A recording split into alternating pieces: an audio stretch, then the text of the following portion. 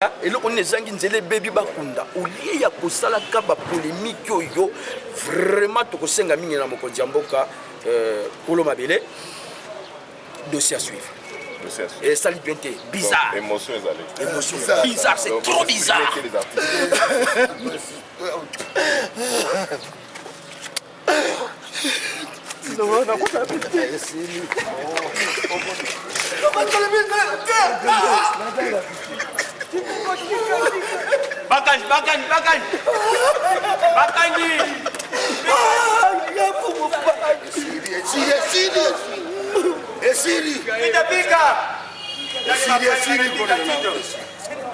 Bakani. Vous comprenez l'émotion. C'est une belle sombre. Il a comme un bis à maille. Il a comme un nina.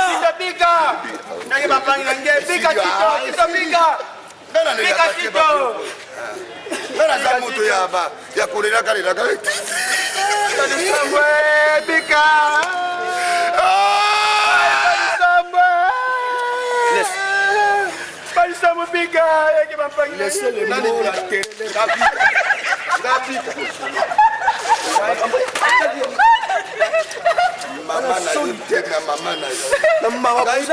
Abonnez-vous sur notre chaîne Escalator TV. Escalator TV, c'est la culture dans sa diversité.